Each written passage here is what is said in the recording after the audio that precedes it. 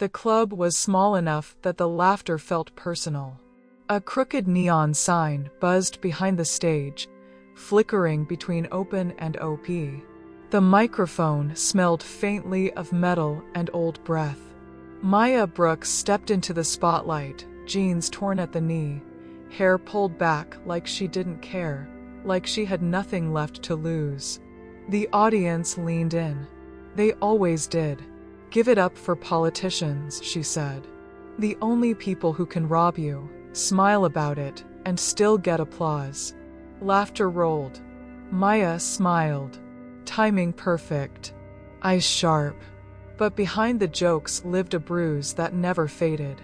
Her brother Evan had been a city planner, quiet, ethical, inconvenient. When he refused to approve a zoning permit tied to Senator Thomas Vail, a beloved reformist with a flawless image, the machine moved fast. An investigation. A leak. A headline. Corruption suspected. Evan was cleared months later. Too late. He lost his job, his marriage, his breath, one night, alone in his apartment. Maya didn't cry on stage. She wrote. Comedy clubs were Maya's laboratory. She began slipping new jokes into her sets, not accusations, just specifics. Ever notice how certain senators never remember where their donors live, but always know where the zoning laws are weakest? Laughter. A few nods. She referenced hypothetical timelines, fictional shell companies. She joked about investigators who leaked before they verified.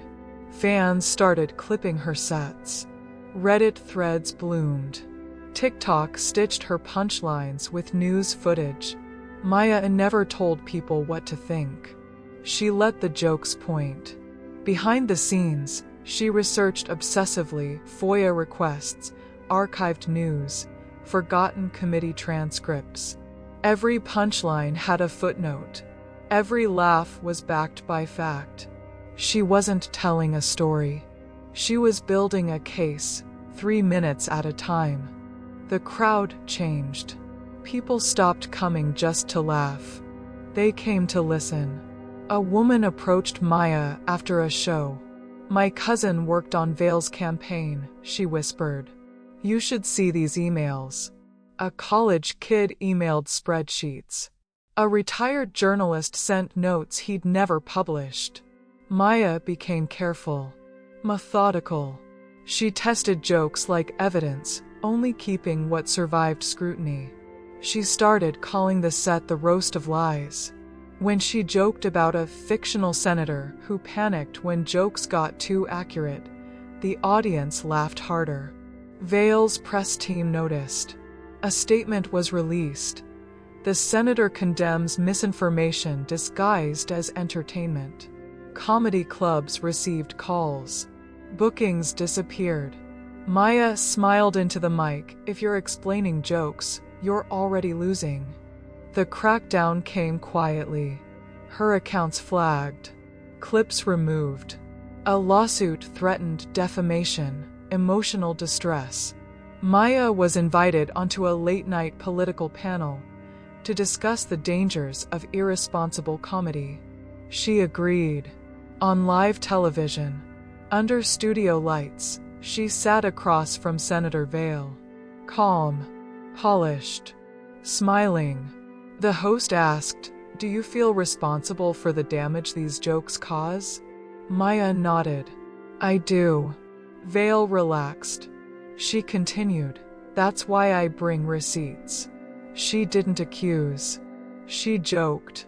Each joke referenced a date, a vote, a donor.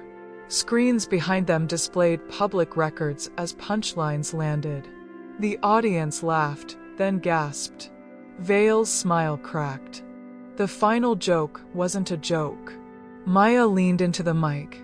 "You ever notice how innocent people want investigations and guilty people want silence?" Vail interrupted her. On live TV, his voice rose. He denied, deflected, accused. The room went still. Clips exploded online. The meltdown became the story. Journalists followed the trails Maya had lit. Investigations reopened, not because of comedy, but because comedy made ignoring it impossible. Vale resigned, pending review. Maya stood alone on stage that night, the crowd roaring. She closed with a whisper. "This one's for my brother." Months later, the club looked the same. Neon buzzing. Mic waiting. Maya's set changed. She joked about grief, about memory, about how truth doesn't always need a courtroom, sometimes it just needs a crowd paying attention. Vale faced charges. Or maybe he didn't. Justice was slow. But the lie was dead. After the show, Maya stepped off stage into applause that felt heavier now, earned differently. Comedy hadn't saved her brother, but it had saved his name. And sometimes, that's enough to keep the lights on.